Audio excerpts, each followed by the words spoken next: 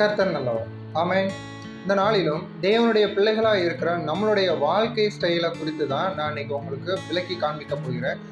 தேவன் நம்மளுடைய வாழ்க்கையை எப்படி வடிவமைத்திருக்கிறார் அப்படிங்கிறது அவருக்கு மாத்திரம்தான் தெரியும். ஒரு நெருக்கம் வருது, ஒரு கஷ்டம் வருது, ஒரு பாடுகள் வருது அப்படின்னா நீங்க தேவனை சார்ந்து இருக்கும் பொழுது தேவன் அந்த பாடுகள்ல இருந்து அவர் உங்களை வெளிக்கொண்டு வருவார்.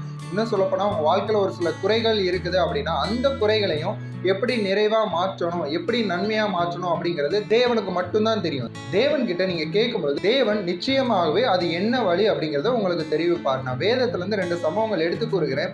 இது தேவனுடைய திட்டத்தின்படி இருந்துச்சு அப்படின்னா அந்த நபருடைய வாழ்க்கையில பிரச்சனைகள் வந்திருக்காது. அதை மீறி இவங்களா மாம்சத்துல முயற்சி எடுக்கும் பொழுது இவங்க வாழ்க்கையில பிரச்சனைகள் வருது. இன்னைக்கு நான் உங்களுக்கு சொல்லுகிறது என்ன அப்படின்னா, தேவனை சார்ந்து இருங்க. தேவன் உங்களுக்கு என்ன கைட்லைன்ஸ் கொடுக்குறாரோ அதன்படி உங்கள் வாழ்க்கையில கடந்து போங்க. இப்படி போகும் பொழுது உங்க வாழ்க்கை ஜெயமா நிறைவா இருக்கும் அப்படின்னு தான் நான் சொல்ல வரேன்.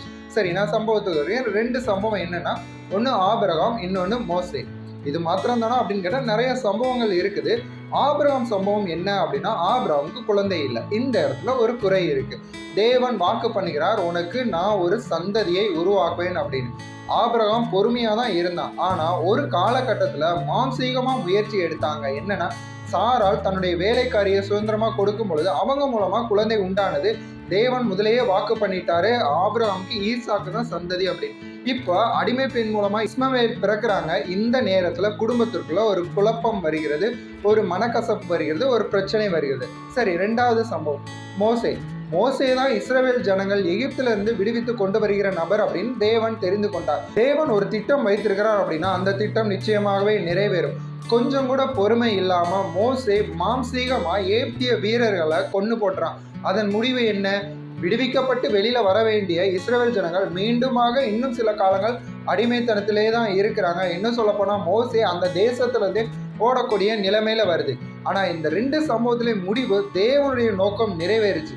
நான் என்ன சொல்ல வரேன் அப்படின்னா, தேவன் உங்களுக்கு ஒரு நோக்கம் திட்டம் வைத்திருக்கிறார் அப்படின்னா நிச்சயமாகவே அது உங்க வாழ்க்கையில நிறைவேறும். எப்போ? தேவனுடைய வழியிலேயே நீங்க பிரயாணம் பண்ணும்போது.